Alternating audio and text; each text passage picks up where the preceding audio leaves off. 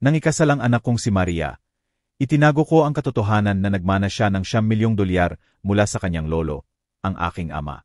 Salamat sa Diyos at wala akong sinabi, dahil pagkatapos ng kasal, biglang dumating ang asawa niya na si Ramon kasama ang isang notaryo at hiniling ang lahat.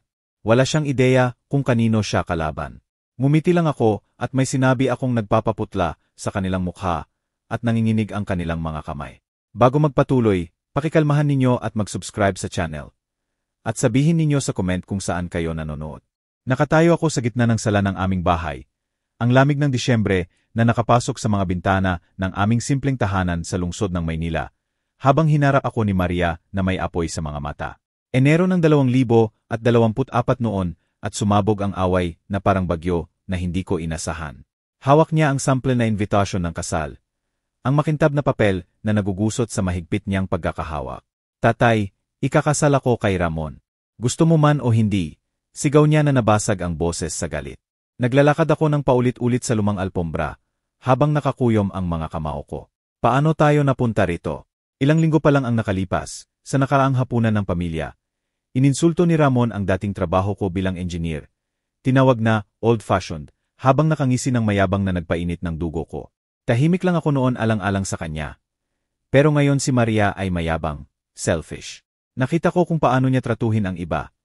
Tulad ng mensahe niya sa iyo noong nakaraang buwan na tinawag na, "Kite, lang ang mga ideya mo. Hindi siya bagay sa iyo." Inihagis niya ang invitation sa center table. Natumba ang frame picture namin tatlo. Ako, si Maria, at ang yumaw niyang ina, noong mas masaya pa ang buhay. Nabali ang salamin sa pagkakatama. Matinis na tunog na sumasalamin sa pagsira ng aking puso. Kesyo naman selos ka lang kasi, sa wakas masaya na ako. 15 taon na ang nakalipas nang mamatay si Mama. Tatay, pinalaki mo akong mag-isa, pero kailangan ko na ng sarili kong buhay. Mahal ako ni Ramon. Niligawan niya ako sa biyahe namin sa Tagaytay. Naalala mo ba? Huwag kang makialam. Hinawakan ko ang gilid ng mesa sa kusina. Pumuti ang mga buko ko sa kahoy. Dumating ang mga alaala ng walang paalam. Si Maria noong bata pa, pagkatapos ng aksidente ng ina, yakap-yakap ako sa mga gabing walang katapusan. Dumating ang lolo niya noon, inilabas kami sa pangingisda sa Laguna de Bay. Tinuruan siya ng chess sa maliit niyang silid. Laging binubulong ang payo kung paano makikilala ang mga mapagsamantala. Namatay siya 2 buwan pa lang ang nakalipas sa edad na 80. Iniwan sa akin ang nakakagulat na mana. $1,000,000 mula sa matalinong investment niya. Bala ko sanang sabihin kay Maria sa tamang panahon. Pero ngayon sa mabilis na kasalang ito, hindi na. May hindi tama. Maria, pakiusap, lumapit ako. Pag-isipan mo, 1 taon pa lang ninyo kilala. Bakit biglaan? Nag-iba ang mukha niya sa galit. Nangingilid ang luha. Dahil mahal ko siya at kung hindi mo kayang suportahan ako, huwag ka nang dumating sa kasal. Kinuha niya ang coat sa kawit malapit sa pinto. Ang tela na parang humihigbi ng paalam. At galit na lumabas sa malamig na gabi. Sumara ng malakas ang pinto. Umalingaw-ngaw sa buong bahay. Bumagsak ako sa sofa. Nakatitig sa nabasag na picture sa sahig. Sumikip ang dibdib ko sa halo ng galit at lungkot. Ang pagpapalaki sa kanya ang buhay ko. Nakaaw sa pensyon matapos mag-retire ng maaga para makasama sa mga school play at heartbreak niya. Tumulong ang lolo sa bayarin. Laging sinasabi, protektahan mo ang dugo mo, Felipe. Pamilya lang ang meron tayo. At ngayon itong si Ramon na may flashy na real estate business, at ang inang si Catalina na mayabang na tumitingin sa bahay namin na parang mababa. Pinulot ko ang picture at inalis ang mga basag na salamin. Baka mali ako. Baka ambisyoso lang siya. Pero may buhol sa tiyan ko. Masakit ang mga salita ni Maria, pero hindi ko siya pababayaang mahulog sa bitag. Nasa drawer ng desk ko ang mga papeles ng mana. Hindi pa nahahawakan mula ng tawag ng abogado. Salamat sa Diyos at hindi ko pa nasabi. Kung alam ni Ramon, hindi niya itatago. Para sa kaligtasan niya. Habang lumilipas ang oras, lalong lumalamig ang bahay. Ang hater na walang saysay laban sa taglamig ng probinsya. Naglakad ako ulit habang inulit-ulit ang away, hanggang sa kinuha ko ang cellphone sa side table. Mabigat ang pakiramdam habang dinayal ang numero ni Maria. Nagliwanag ang screen sa madilim na sala. 2 ring bago sumagot. Tatay, gabi na. Alam ko, sumandal ako sa dingding kung saan nakasabit ang mga family picture na parang saksi. Hindi ako makatulog. Anak, pasensya na. Nag-overreact ako. Kung masaya ka kay Ramon, pupunta ako sa kasal. May pause, tapos mahinang buntong hininga. Totoo ba? Salamat, Tay. Ayoko namang masaktan ka. Masyadong mabilis lang ang lahat. Pero tama ka. Makikita nyo rin. Nag-usap pa kami sandali. Masigla ang boses niya habang ikinukwento ang venue. Magandang hall sa Quezon City na may tanawin sa Lamesa Dam na natutunaw ang yelo tuwing tagsibol. Pinilit kong ngumiti sa tono ko, pero nanatili ang duda sa loob. Pagkatapos ng tawag, pumunta ako sa study. Kumalansing ang sahig sa ilalim ng paa ko. Bumukas ang drawer ng mahina. Lumitaw ang sobre ng abogado. Mana ni Javier Vargas, $1 milyong. Isinara ko sa safety deposit box at itinulak sa pinakailalim ng aparador. Inilibing ang sikreto na parang time capsule. Ang mga sumunod na linggo ay nawala sa routine ng pagbabati. Dumating ang Pebrero na may mas maligamgam na araw. Natutunaw ang niebe sa mga kalye ng subdivision. Binisita ko ang libingan ng lolo sa tahimik na sementeryo sa labas ng lungsod. Ang hangin na bumubulong sa mga puno habang lumuhod ako sa lapida. Alam mo kung ano ang gagawin, Tay. Bulong ko habang sinusundan ng daliri ang petsa. 1,943, 2,023. Tahimik niyang itinayo ang yaman na iyon. Nag-invest sa mga lupa habang tinuturuan ako ng halaga ng pagiging discreet. Protektahan mo siya, sabi niya sa huling hininga, hinigpitan ang kamay ko. Bumalik ang alaala roon. Si Maria noong 10 anyos. Tumatawa habang itinutulak siya ng lolo sa duyan sa likod bahay. Ako, balo at pagod. Umaasa sa payo niya sa mga rebelde niyang teenage years. Pag-uwi, sumabak ako sa wedding preparations para maayos ang lamat. Dumalo ako sa bridal fitting. Nakita si Maria na umikot sa damit pangkasal. Kumikinang ang lace sa fluorescent lights. Ang ganda mo, sabi ko habang yakap-yakap siyang nakatayo sa harap ng salamin. Salamat, Tay. Tinutulungan ako ni Tita Catalina sa bulaklak. Magaling talaga si Tita Catalina. Ngumiti si Maria ng maliwanag, pero napansin ko ang bahagyang tensyon sa ngiti niya tuwing binabanggit si Catalina. Sumunod ang planning lunch sa isang cozy restaurant sa Maginhawa Street. Sumali sina Amon at Catalina, ang kanilang mamahaling sasakyan na nakaparada ng mayabang sa tabi ng aming lumang sedans. Mahigpit ang handshake ni Ramon. Tinitingnan ang menu ng walang interes. Felipe, natutuwa akong sumang-ayon ka na. First class ang kasalang ito. Si Catalina, perpekto ang buhok at may designer scarf. Sumandal. Hindi kami tipid. Deserve ni Maria ang pinakamaganda. May bahid ng pagmamataas ang tono niya. Parang kailangang iangat ang aming pamilya. Sa gitna ng sandwiches, dumaloy ang usapan pero kumukulo ang tensyon. Narinig ko si Catalina na bumulong kay Ramon. Siguraduhin mo na covered lahat ng prenup, just in case. Tumango si Ramon na may ngisi. Tumigil ang tinidor ko sa air. Amoy panggagansa. Masigla namang nagkukwento si Maria tungkol sa honeymoon. Walang kamalay-malay. Mamaya, mag-isa sa kotse pauwi, mas hinigpitan ko ang manibela. Nakakainis ang comment na iyon. Dumaan ako sa opisina ng matalikong kaibigan, abogado sa maliit na commercial center. At tanong-tanong ko lang tungkol sa privacy ng mana. Totally airtight kung hindi mo ibubunyag, sabi niya habang inaabot ang brochure. Pero bakit itatago? Precaution lang, sagot ko habang inilalagay sa bulsa. Dumating ang Marso na may mga namumukadkad na puno, at papalapit na ang kasal sa Abril. Tinulungan ko si Maria na mag-empake ng gamit sa maliit niyang apartment, nakasama na niya si Ramon. Punong-puno ng kahon ang sala. Nagkakaluskos ang tissue paper habang nagtatrabaho kami. Tatay, malaking tulong talaga si Ramon, sabi niya habang itinatali ang ribbon. Pati nga bumili ng mas malaking bahay, sinuggest niya. Tumango ako pero nag-alarm sa loob ko. May sense ang real estate background niya, pero pakiramdam ko calculated ang pressure. Ambisyoso nga, siguruhing iyon talaga ang gusto mo. Tumigil siya habang hawak ang ribbon. Bakit, hindi ba dapat? Noong gabing iyon, sa family dinner na inihanda ni Ramon sa kanila, si Catalina ang nagdomina ng usapan habang nagyayabang ng negosyo. Si Ramon naman ay may-ari na nakayakap kay Maria, habang inihahain ang dessert. Leche flan mula sa sikat na pastelera sa lugar. Napunta ang usapan sa future. Felipe, siguro may ipon ka pa mula sa engineering days mo. Sabi ni Ramon ng walang gana, pero matalas ang mata. Iniba ko ang topic ng may tawa, sapat lang sa pang-araw-araw. Pero nanatili ang tingin niya at hindi umabot sa mata ang ngiti ni Catalina. Paalam na ako sa porch. May lamig na hindi galing sa hangin ang dumaloy sa akin. Ilang linggo na lang ang kasal at may bulong ng gulo sa ugali nila. Pumasok ako sa wedding hall sa Quezon City noong maalinsangang hapon ng Marso 2024. Ang mga floral arch na nakapalibot sa entrance, na parang mapanlinlang na pangako ng kaligayahan. Ang alalahanin mula sa dinner na iyon ay buhol pa rin sa tiyan ko habang inaayos ko ang neck tea at tinitingnan ang mga bisita. Naghahalo ang mga tao sa ilalim ng chandelier. Ang tawa nila ay humahalo sa malambot na tugtugin. Pero nahuli ko ang matalas na tingin ni Catalina mula sa kabilang dako. Katabi niya si Ramon, paehong naka-custom suit na sumisigaw ng yaman. Tamang-tama ang simula ng seremonya. Lumakad si Maria sa aisle sa braso ko. Bahagyang gumagalaw ang veil. Hinigpitan niya ang kamay ko at bumulong, "Salamat sa pagpunta, Tay." Tumango ako na pinipilit ang kalmado, kahit bumabalik sa isip ko ang babala ng lolo tungkol sa biglaang kasal. Nagpalitan sila ng vows, matatag ang boses ni Ramon na parang rehearsed, habang idineklara silang mag-asawa. Sumambulat ang palakpakan, pero mechanical lang ang palakpak ko. Nakita ko si Ramon na hinalikan siya ng may pag-aari na nagpagidgit ng ngipin ko. Sa reception, umuunggol ang mga mesa sa dami ng putahe, lechon, karikar, adobo, at ensalada na may kesong puti.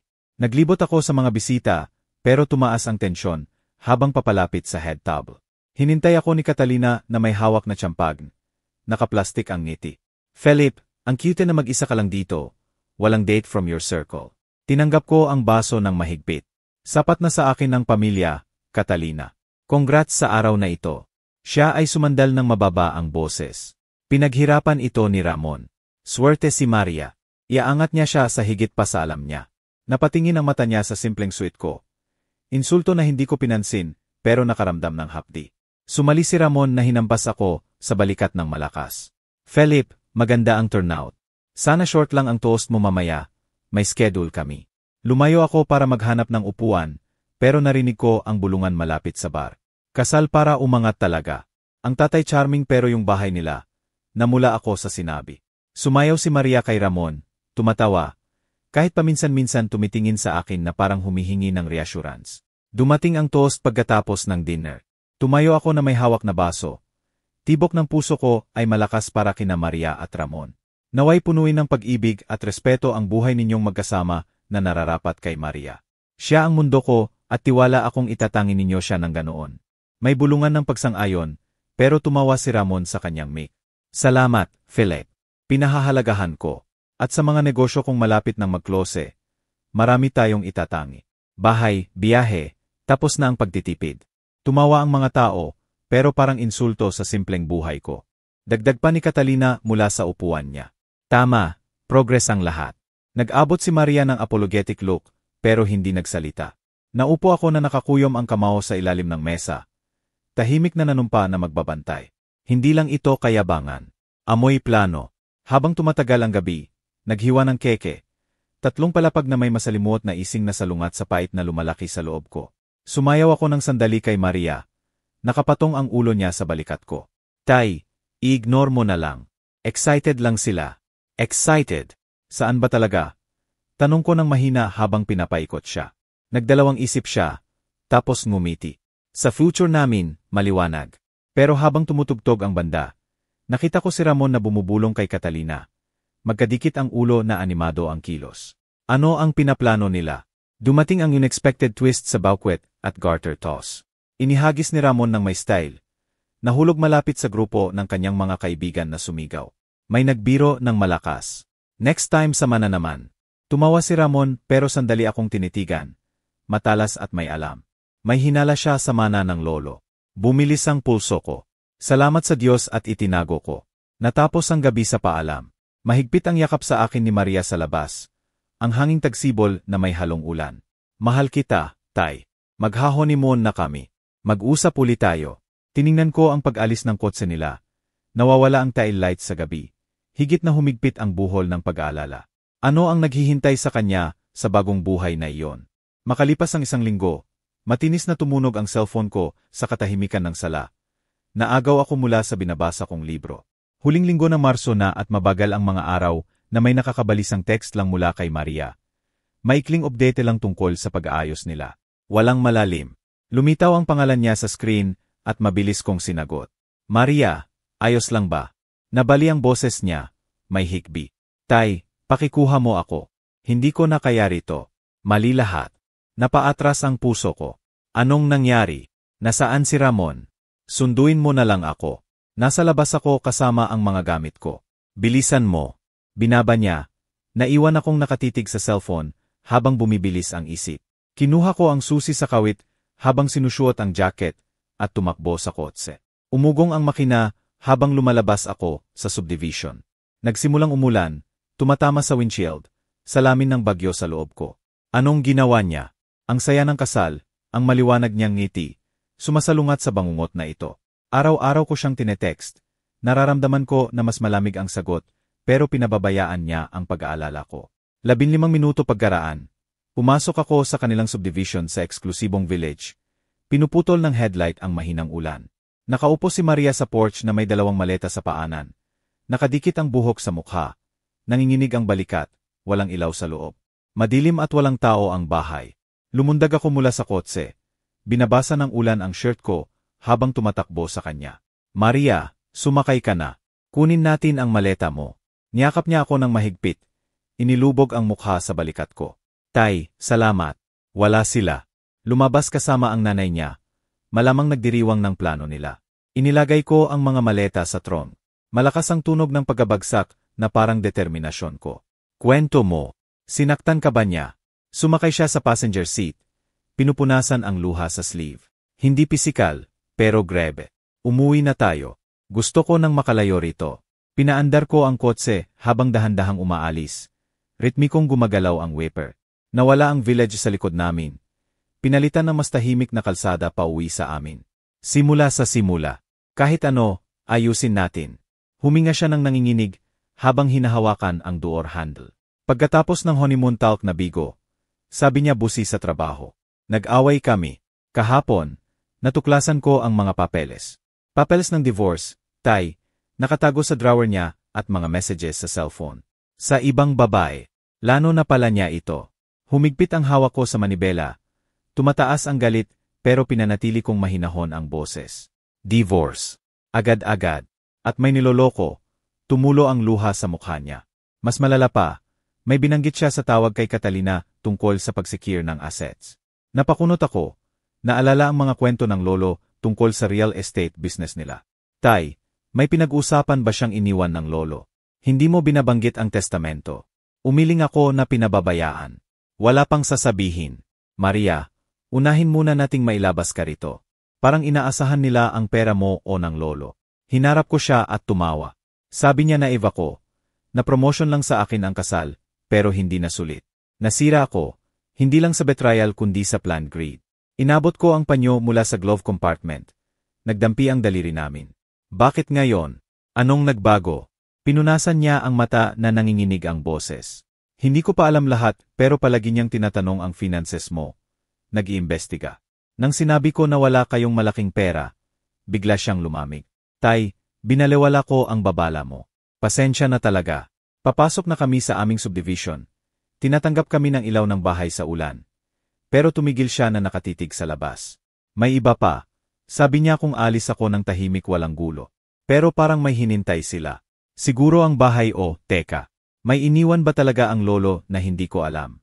Tiningnan ko siya. Mabigat ang tanong habang papalapit kami sa gete. Inabot ko kay Maria ang panyo habang nagmamaneho sa basang kalsada ng lungsod. Ang wiper na patuloy na gumagalaw. Eto, punasan mo mata mo. Mahinahon kong sabi habang hawak ang manibela. Dahan-dahan lang, pero sabihin mo lahat. Hindi natin maayos kung hindi ko alam. Pinisil niya ang panyo sa mukha. Ang fibers ay parang nakakapit sa basang balat na parang malungkot na pagsisisi. Nagsimula pagkatapos ng kasal.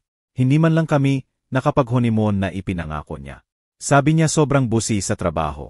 Pero kahapon, maaga akong umuwi mula sa opisina na parang may masama akong pakiramdam. Naroon ang sasakyan niya, pero sobrang tahimik ang bahay.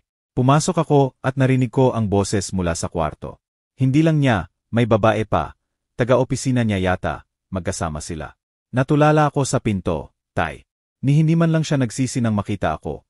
Galit lang. Parang naistorbo lang siya sa maliit na bagay.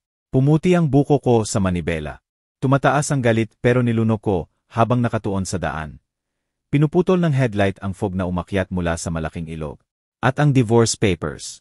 Binanggit mo ang messages. Tumango siya habang kinukumot ang panyo. Pagkatapos ko siyang harapin, inihagis niya ang papeles. Sabi niya pirmahan ko agad, walang gulo. Pero kinuha ko muna ang cellphone niya. Messages sa babae mula pa ilang buwan at kay Catalina rin na nagpaplano ng assets at kung paano masecure ang family fortune. Palagi niyang tinatanong ang testamento ng lolo. Kung may itinago ka ba? Sabi ko wala, pero tumawa siya. Sabi niya bulag ako. Tay, dapat pala talaga kitang pinakinggan mula pa noon sa mga babala mo sa hapunan. Ipinagtanggol ko siya, pero nakita ko rin ang red flags. Tulad ng message na binaliwala ko bago ang kasal. Nagbibiro siya sa kaibigan tungkol sa kasal para sa pera. Akala ko harmless. Parang sinuntok ako.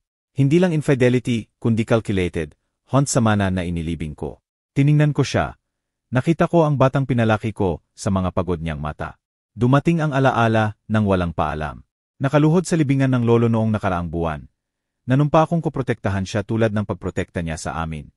Matigas ang kamay niya sa balikat ko sa mga mahirap na taon pagkatapos mamatay ng ina niya. Hindi mo kasalanan ito, Maria. Siya ang manloloko. Ayusin natin. Abogado, kahit ano. Ligtas ka na ngayon. Hinubad niya ang wedding ring. Inihulog sa cup holder na may mahinang kalampay. Parang tanga ako. Nagmadali ako sa lahat. Para saan? Independence, love. Kasinungalingan pala. Papasok na kami sa aming kalye. Ang mga bahay ay naglalaho sa ulan. Pumasok ako sa driveway at pinatay ang makina. Pumasok ka na. Ayusin natin ang kwarto mo. Tapos mag-usap ulit tayo. Habang kinukuha niya ang gamit, may kulog sa malayo. Hindi pala kulog kundi paparating na sasakyan. Pinutol ng headlight ang ulan na parang mapanghusgang liwanag. Biglang huminto sa harap. Tumalon si Ramon. Nakakuyom ang mukha niya sa galit sa ilalim ng matigas na ilaw ng street lamp. Maagang Abril pa lang, ilang oras lang mula nang ihatid ko si Maria pauwi. Naginuman kami ng tsaa sa kusina habang nagkukwento siya ng detalye sa pagitan ng higbi. Natulog siya nang hindi mapakali sa sofa habang naglalakad ako. Ang determinasyon ko ay parang bakal na. Dumating na ang konfrontasyon na inasahan ko. Mas maaga kaysa inaasahan. Lumabas ako sa hardin. Ang malamig na hangin ng gabi ay nakagat sa balat ko. Pumuesto ako sa pagitan ng bahay at niya. Ramon, umuwi ka na. Hindi na siya sasama sa'yo. Isinara niya ng malakas ang pinto ng kotse at lumapit na nakakuyom ang kamao. Nasaan si Maria? Lumabas ka rito. Hindi pa tapos ito. Malakas ang boses niya. Umalingaw-ngaw sa mga kapitbahay. May mga ilaw na nagsindi sa porch bilang tugon. Nanatili ako sa posisyon na nakataas ang mga braso. Ligtas siya sa loob. Niloko mo siya. Niloko mo siya at tapos na. Umalis ka sa property ko bago ko tawagan ang pulis. Tumawa siya ng mapait. Tumigil sa harap ko. Tumutulo ang ulan sa buhok niya. Ligtas sa ano? Sa sarili niyang desisyon. Siya ang pumili ng kasal na ito. At ikaw, nagtatago ng mga mumo mo. May kakilala si Catalina. Pahabain natin ito. Kukunin natin ang para sa amin. Akala mo pinoprotektahan mo siya. Pinapatagal mo lang ang hindi may iwasan. Pinainit ng pang-insulto ang dugo ko. Naalala ko ang reception. Ang mayabang niyang toast tungkol sa progress. Ang condescending nod ni Catalina na mali ang pagkakakilala sa akin noon at ngayon. Hindi gagana ang banta. Umalis ka o tatawagan ko na talaga. Ayaw na ni Maria sa'yo, maliban sa kalayaan. Nakita ko si Maria sa bintana, kamay sa kurtina, malaki ang mata. Tiningnan niya si Ramon. Ang ekspresyon ay nagmalambot ng pek. Maria, honey, halika na, makakausap natin ito. Pinupuno lang ng tatay mo ng kalokohan ang ulo mo. Hindi siya gumalaw at humakbang ako pasulong ng mababa at matatag ang boses. Tapos na ang usapan. Umalis ka. Nagdalawang isip siya sandali pa. Dumating ang twist habang nang insulto. Sige, pero mas marami akong alam kaysa akala mo tungkol sa pera ng matandang iyon. Kasama na si Catalina. Pagsisihan mo ito. Tumalikod siya. Binuksan ang pinto ng kotse nang may kalampay at umalis ng mabilis. Nawala ang tail lights sa gabi. Dahan-dahan akong huminga. Tahimik uli ang hardin maliban sa patak ng ulan. Isinara ko ang pinto pagpasok. Pumasok ako at humarap kay Maria na nakatayo sa halway. Yakap-yakap ang sarili. Umalis na siya. Tingnan natin ang divorce papers. Kakausapin natin ang abogado bukas ng umaga. Tumango siya, bumagsak sa upuan sa mesa ng kusina. Binuksan ang folder na dala niya. Pero tay, paano kung talaga niyang alam ang mana? Kailangan natin ng plano. Kinabukasan, ang sikat ng umaga ay pumasok sa bintana ng kusina. Nag-iwan ng mahabang anino sa mesa kung saan kami nakaupo ni Maria na may mainit na kape.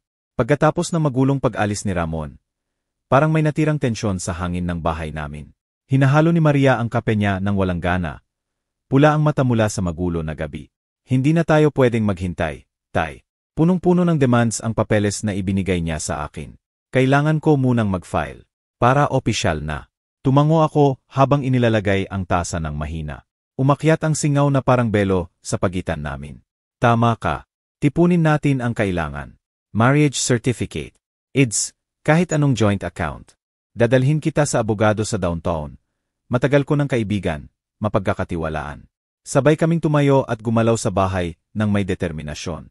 Binuksan ko ang kabinet sa hallway at naghanap sa kahon ng important documents. Hinahawakan ng daliri ko ang mga lumang gilid ng birth certificate niya at mga lumang family picture. Sumali si Maria sa akin na nag-iipon ng papeles sa mesa. Driver's license niya. Ang marriage license na pinirmahan natin ilang linggo pa lang ang nakalipas. Ngayon ay mapait na alaala. Tumigil siya sa isang picture mula sa reception. Siya sa gown. Si Ramon na nakangiti sa tabi. Bahagyang nanginginig ang kamay niya bago inilagay sa folder. Hindi ko akalain na ganito ako mabulag, pero tapos na. Inipon namin lahat sa isang folder. Ang mga pahina ay parang nagkakaluskos na tuyot na dahon at lumabas kami. Malakas ang pagsara ng pinto ng kotse at pinaandar ko ang makina habang nagmamaneho sa spring traffic sa tabi ng malaking ilog. Tumingin si Maria sa labas. Ang mga puno na namumukadkad ay naglalaho. Paano kung maglaro siya ng marumi? Kahapon binanggit uli niya ang assets sa message. Inaabutan pa rin niya tayong mahirap. Dadaanan natin ang tulay kapag narating na. Sabi ko habang sumasabay sa main road. Ang tunog ng gulong sa aspalto ang nagpapatatag ng isip ko. Naalala ko ang mga biyahe kasama ang lolo. Ang boses niya na nagbababala sa pagmamadali. Bumalik ang alaala. Ang wedding toast ni Ramon. Nagyayabang ng negosyo at progress. Ang mata niya na kumikinang sa hindi pa sinasabing ambisyon. Binaliwala ko noon, pero ngayon nagdudulot ng hinala. Dumating kami sa opisina ng abogado sa simpleng building sa downtown. Kalahating puno lang ang parking ng mga sedan katulad ng amin. Sa loob, amoy bagong kape at lumang files ang waiting area. Pinapasok kami ng receptionist sa magulong desk ni James. Puno ng folder at kalahating donut. Si James, kalbo na mga 60 anyos na may salamin na wireframe. Tumayo para makipag-shake hands. Philip, Maria, mahirap ang sitwasyon pero ayusin natin.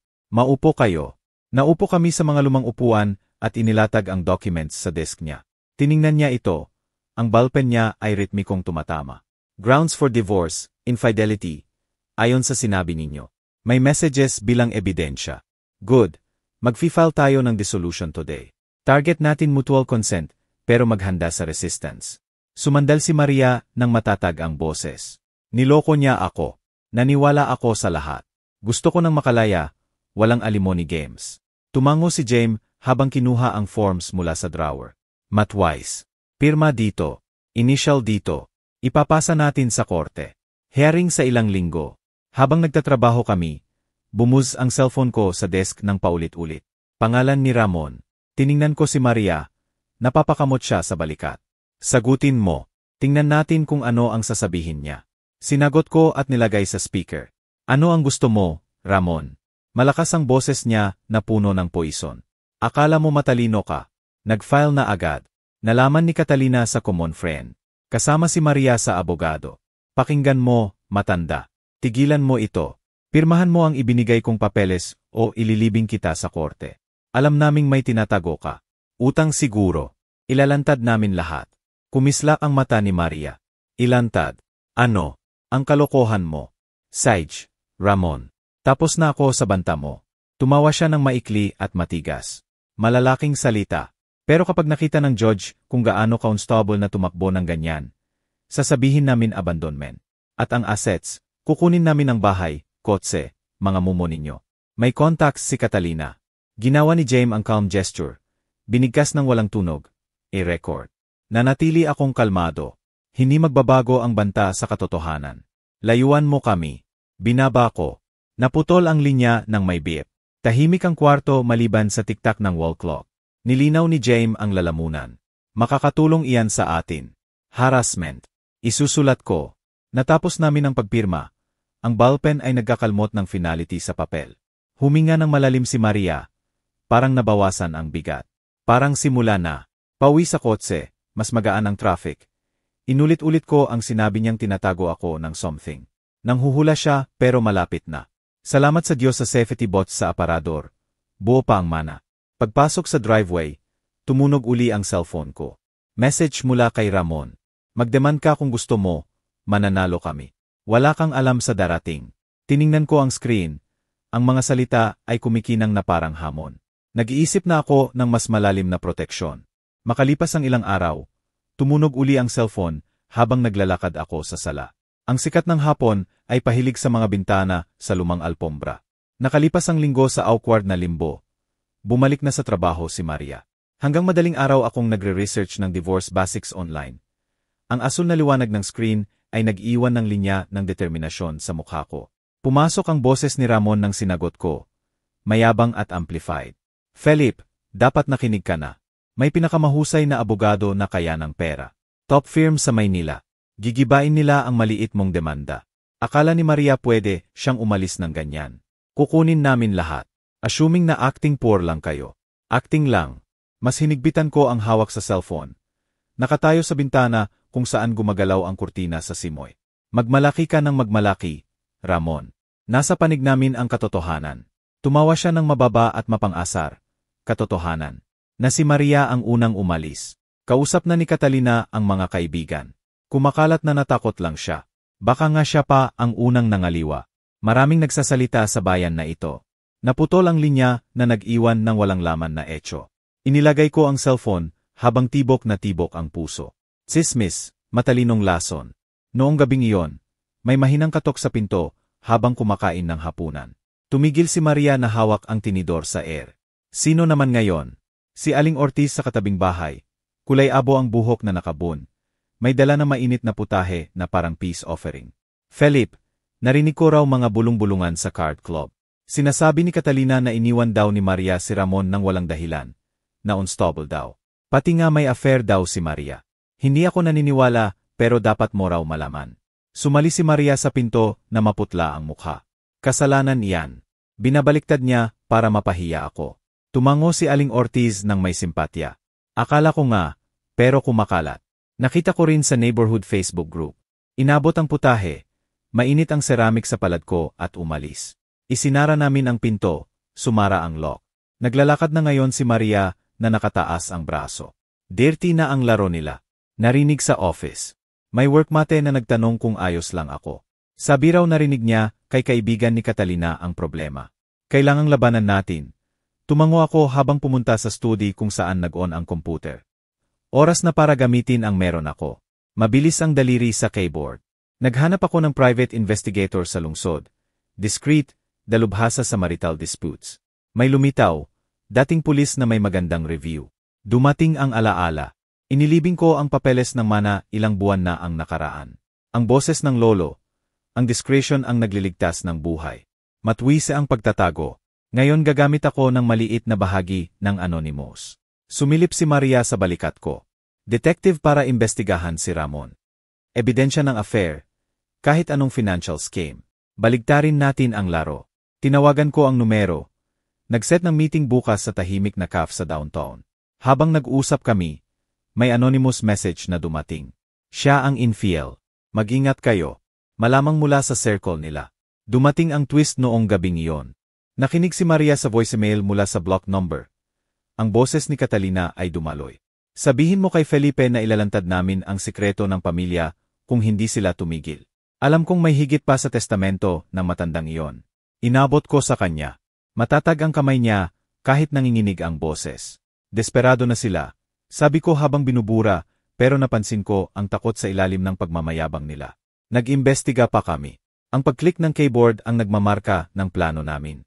Kinaumagahan nag-transfer ako ng down payment mula sa separate account. Invisible ang transaksyon. Habang tinatapos ang appointment sa detective, may court notice sa email. Nakatakda ang preliminary hearing. Nagbabago na ang takbo. Sa huling linggo ng Abril, nakatayo ako sa madilim na study. Bahagyang gusot ang court notice sa kamay ko sa sobrang pagkakahawak. Nakatakda ang preliminary hearing sa susunod na buwan. Isang orasan na nagpapalaki ng bawat anino sa kwarto. Inilagay ko ang papel sa tabi ng safety deposit box na inilabas ko mula sa aparador. Malamig ang metal sa daliri ko. Sa loob ay ang mga dokumento ng mana. Milyon-milyong dolyar. Ang legacy ng lolo na nakatago na parang sandata.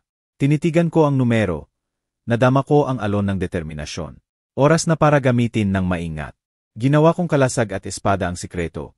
Kinuha ko ang cellphone at tinawagan ang numero ng elite lawyer na nahanap ko online. Dalubhasa sa family disputes at asset protection. Sumagot pagkatapos ng 2 ring. Ginong Vargas, si Ati. Elena Vizquez. Paano ko po kayo matutulungan? Matigas at profesional ang boses.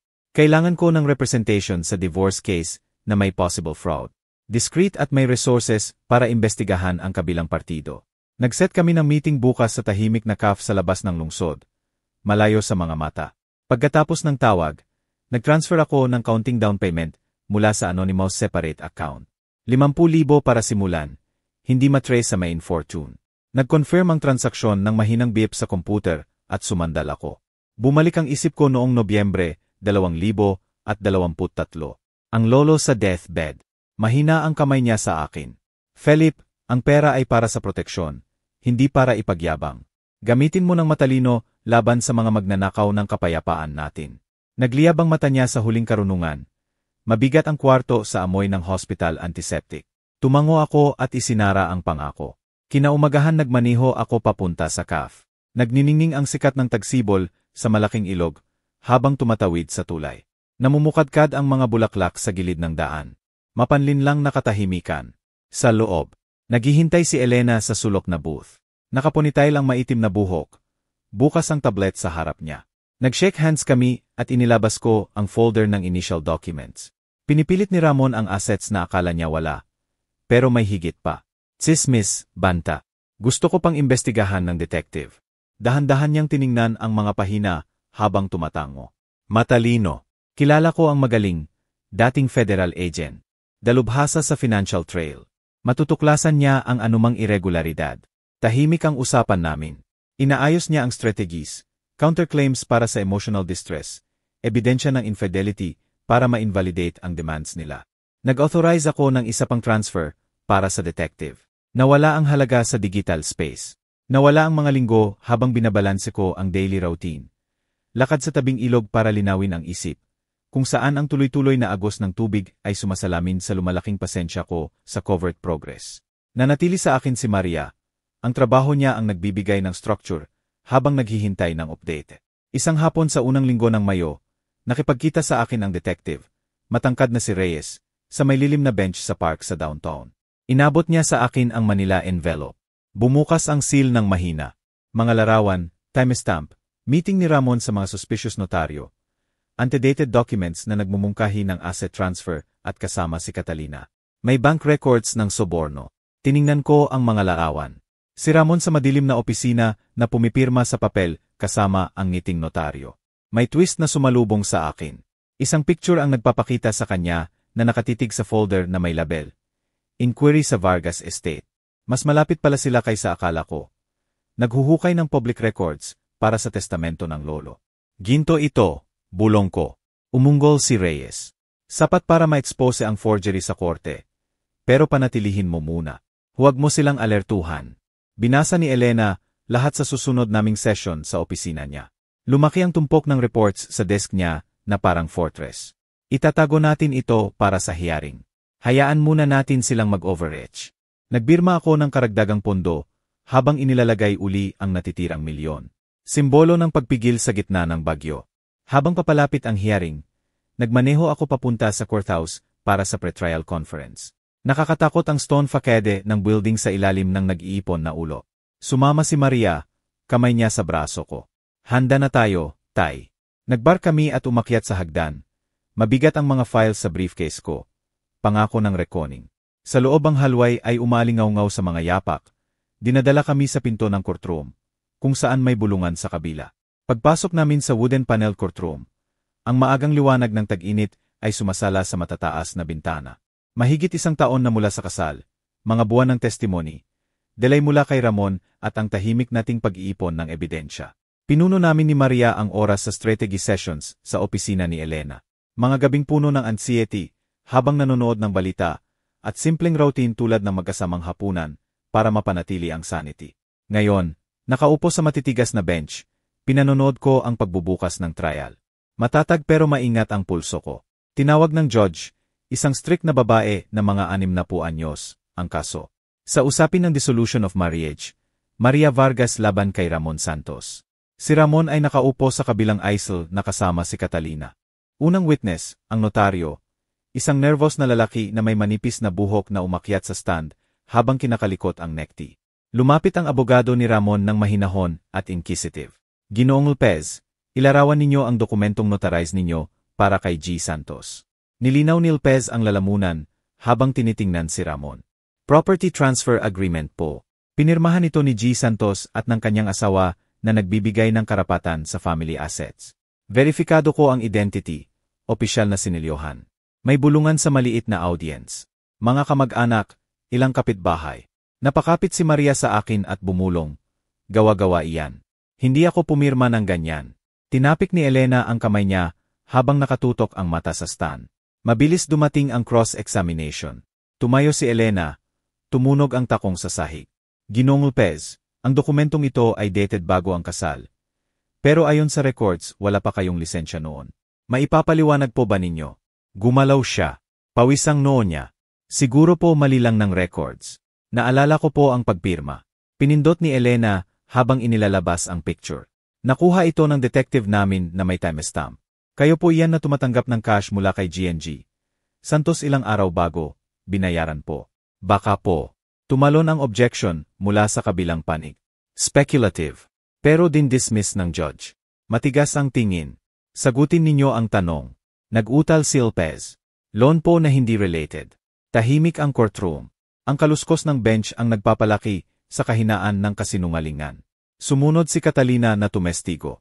Matigas ang kustura, ang boses ay puno ng pagmamataas. Unstable si Maria mula pa sa simula. Bigla siyang umalis, naggalat ng tsismis tungkol sa anak ko.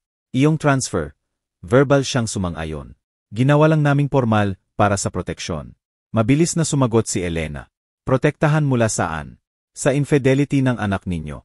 May messages kaming ebidensya na kabaligtaran. Inilatag ang prints. Naggaluskos ang papel habang tinitingnan ng judge. Sumandal si Ramon sa recess. Sumisitsit sa kabilang aisle. Sumuko ka na, Felipe, kukunin namin lahat. Bahay, savings, salita laban sa salita namin. Hinintay ko ang tingin niya nang hindi kumukura. Nawawala ang salita sa harap ng katotohanan. Umalan ang echo ng detective reports. Bravery na na-trace sa accounts ni Catalina. Detalyadong dokumentado ang affairs ni Ramon. Pabalik sa session, ipinarada ng abogado niya ang character witness, isang koligya na naninira kay Maria na impulsive. Umalis siya ng walang dahilan. Malamang may tinatago ring sikreto. Hinawakan ni Maria ang kamay ko. Nagliwanag ang determinasyon. Giniba ito ni Elena sa cross. At nakita ninyo ito o narinig lang kay G. Santos. Dumating ang twist sa kalagitnaan ng testimony. Tinawag uli si Lopez. Nagdalawang isip siya sa ilalim ng cross-examination. Inilatag ni Elena ang legally obtained recorded confession mula sa detective namin, kung saan inamin ni Lopez na fake ang pirma kapalit ng bayad. Inadmit ng judge ang recording bilang ebidensya. Din-dismiss ang objections ng team ni Ramon na sinasabi nilang course. Ang katahimikan ni Lopez sa stand ang nagsalita. May nagsinghap, tinapik ng judge ang gavel para mapanatili ang order. Humarap si Elena sa bench. Your Honor, may karagdagang financial trail na nagpapatunay ng premeditated fraud. Tumayo siya na may folder namin. Naging tensyon ang courtroom habang lumalapit. Handa ang mga papel na buwagin ang web nila. Si Elena ang humarap sa courthouse ng lungsod noong Mayo ng 2025. Ang folder ng ebidensya ay mataas na parang bandila ng katotohanan. Sumandal ang judge na may salamin sa dulo ng ilong habang hinintay ng gallery ang hininga. Your Honor, winawasak ng mga ebidensyang ito ang kanilang claim. Matatag na sabi ni Elena. Inabot niya ang tumpok. Detective reports, bank statements na nagtratrace ng suborno, audio transcripts ng hidden recordings. Tiningnan ito ng judge. Nagkakaluskos ang pahina sa daliri niya. Si Ramon ay gumalaw sa upuan na maputla habang hinawakan ni Catalina ang armrest. Pumuti ang buko. Biglang tumayo ang abogado nila. Objection. Unclear chain of custody. Pwedeng gawa-gawa ito. Overruled, sabi ng judge. Walang diskusyon ang tono. Magpatuloy ka, Ati. Vasquez. Tumango si Elena at nagplay ng audio clip sa speaker ng courtroom. Kumaluskos ang boses ni Lopez. Antedetiko na lang sa tamang presyo, para legit ang hitsura. May nagsinghap mula sa mga bench. Ang liwanag mula sa bintana ay gumagalaw sa mga gulat na mukha. Nag-ilaw sa pagbubunyag ng panlilinlang. Sumandal si Ramon kay Catalina na bumubulong ng madalian. Pero pinatahan niya ng matalas na tingin. Nakaupo ako katabi ni Maria, kamay ko sa kanya. Nararamdaman ko ang mabilis niyang pulso. Dumating ang alaala. Ang tawag ng detective ilang linggo na ang nakaraan. Detalyado ang recording na iyon mula sa device na inilagay sa meeting place nila. Nakuha ko na, matigas niyang sabi. Ngayon nagbubunga na. Tumigil sandali ang judge, habang tinatapik ang ballpen. Nagmumungkahi ang ebidensyang ito ng perjury at fraud. Hindi valid ang property transfer. Tinatanggal sa record. Humarap siya kay Lopez sa stand. Nag-contradict kayo kanina. Magpaliwanag kayo. Bumulong siya na kinakabahan ang mata. Mali po. Pinilit ako. Sumabog ang protesta mula sa panig ni Ramon. Ang abogado niya ay bahagyang hinampas ang mesa. Trap ito. Hinihiling namin ang mistrial. Denied. Sagot ng judge. Isang beses tinapik ang gavel. Bukod dito, I refer ko ito sa prosecutor para sa charges ng forgery at bribery laban kina G. Santos, GNG, Santos at G. Lopez. Biglang tumayo si Catalina. Mataas ang boses sa kontroladong hiss. Hindi ninyo ito pwedeng gawin. May dahilan kami. Proteksyon laban sa instability niya.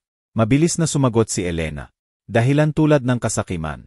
Ang financial trail ninyo ay nagpapakita ng premeditation. Naghuhukay ng assets na akala ninyo meron. Inilatag pa ang higit na ebidensya. Mga email na nagpaplano ng notary scheme na dated bago pa ang kasal. Nag-unfold ang twist habang nagplay ang pangalawang audio clip. Boses ni Catalina. Kapag nasecure na natin ang mana sa pamamagitan ng kasal, ibebenta natin. Lalong naging tensyon ang courtroom. Lumaki ang bulungan. Bumagsak si Ramon na inilibing ang mukha sa mga kamay. Hindi, out of context yan. Mahina niyang sabi. Tahimik na tiningnan ng judge sandali. Naririnig ang tiktak ng oasan sa katahimikan. Divorce granted sa petitioner. Walang asset division para sa respondent. Court costs sa pananagutan ni G. Santos. Bailiff, ihatid si G. Lopez para ma-interrogate. Tumayo si Lopez na nanginginig. Nagkalampay ang posas habang lumalapit ang security. Pagbangon ng session, nagpalitan kami ng tingin ni Maria. Nagliwanag ang mata niya sa vindication. Ang akin ay tahimik na tagumpay. Kinuha namin ang mga gamit. Lumabas sa halway kung saan humihina ang tunog ng gavel. Mahigpit ang hawak niya sa braso ko na walang salitang pasasalamat. Bumaba kami sa hagdan ng courthouse sa ilalim ng sikat ng huling linggo ng Mayo. Ang init ay dumaloy sa damit namin na parang balm pagkatapos ng lamig ng confrontation.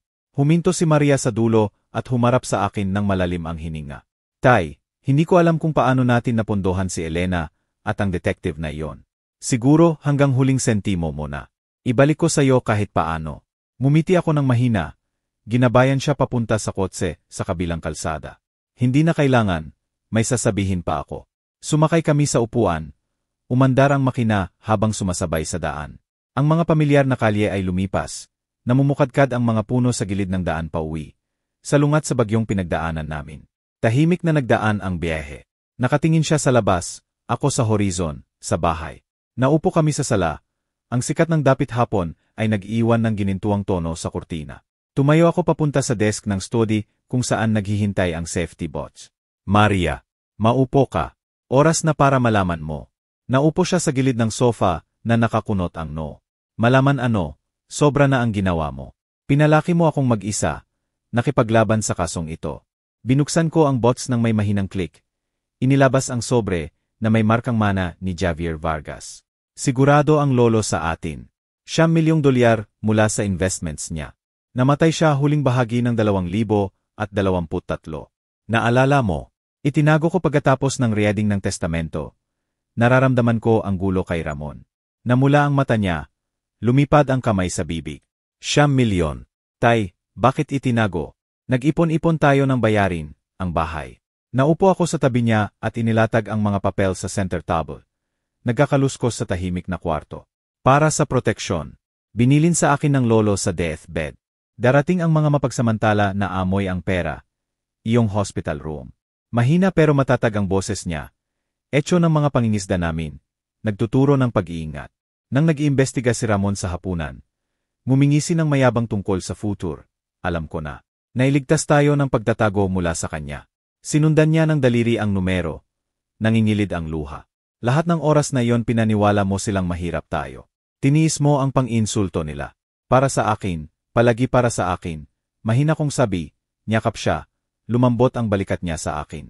Naghabi ang alaala. Ang cozy study ng lolo, kalampay ng chess pieces, habang nagkukwento ng matalinong negosyo. Nagliwanag ang mata. Tahimik niyang itinayo para sa pamilya. Ngayon sa atin na. Para gumaling, para buuin uli. Dumating ang twist nang lumipat siya ng pahina at natagpuan ang note sa sulat kamay ng lolo. Felipe, sabihin mo kay Maria kapag ligtas na. Isang legacy ng lakas, hindi lang pera. Tumawa siya sa gitna ng luha. Alam niya, iyong mga kwento niya sa akin noong bata pa ako, kung paano makikilala ang mga peke. Lahat connected. Nag-usap kami hanggang gabi, habang nag-iinuman ng tsaa. Ang singaw ay umiikot na parang nabawing pasanin. At ngayon, tanong niya na puno ng pag-asa ang boses. Sa ganitong pera pwede na tayong magsimula uli. Siguro magbiyahe. Tulad ng mga lawa na mahal niya. Tumango ako habang inilalabas ang lumang album mula sa shelf. Nagkalat ang mga laawan. Tayong tatlo sa mas masaya pang panahon. Habang tinitingnan namin, bumukas ang future sa harap namin. Pinag-isa na matibay na ugnayan at kapayapaang pinaghirapan. Kung nagustuhan ninyo ang kwentong ito, pakilik ang video, mag-subscribe sa channel at ibahagi ang inyong reaksyon sa comment.